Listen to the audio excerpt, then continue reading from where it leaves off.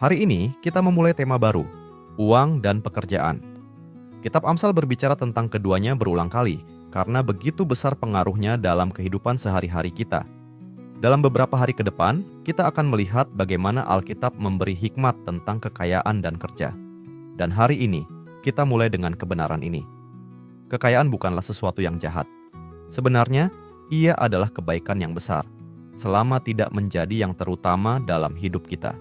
Tetaplah bersama kami karena perspektif ini bisa mengubah cara kita memandang uang dan kehidupan.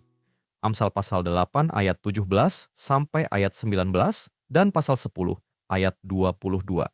Aku mengasihi orang yang mengasihi aku, dan orang yang tekun mencari aku akan mendapatkan daku. Kekayaan dan kehormatan ada padaku, juga harta yang tetap dan keadilan. Buahku lebih berharga daripada emas, bahkan daripada emas tua, hasilku lebih daripada perak pilihan. Berkat Tuhanlah yang menjadikan kaya.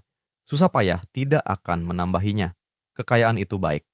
Kitab Amsal sering berbicara tentang kehidupan ekonomi. Walaupun memperingatkan akan bahaya yang bisa datang dari kekayaan, Amsal juga menegaskan bahwa kekayaan itu sendiri adalah berkat. Hikmat, pengendalian diri, kemampuan merencanakan, dan kerendahan hati untuk menerima nasihat seringkali membawa pada kemakmuran. Amsal menyatakan, "Padaku ada kekayaan."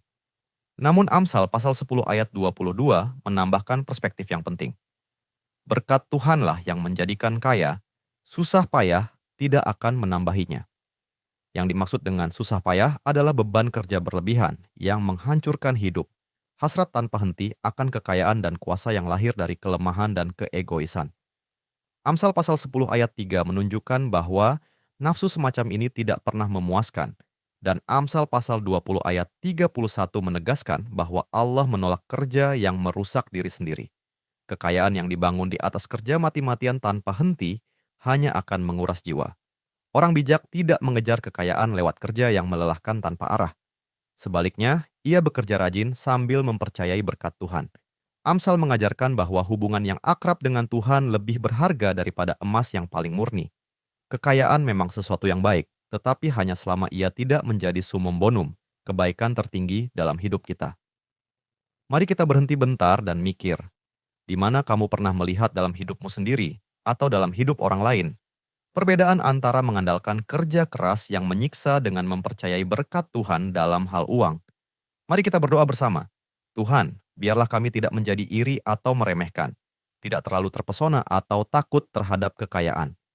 Engkau memberkati Abraham, Ayub, dan Daud dengan kekayaan besar, tetapi hanya ketika mereka menempatkan kesetiaan kepadamu di atas segalanya.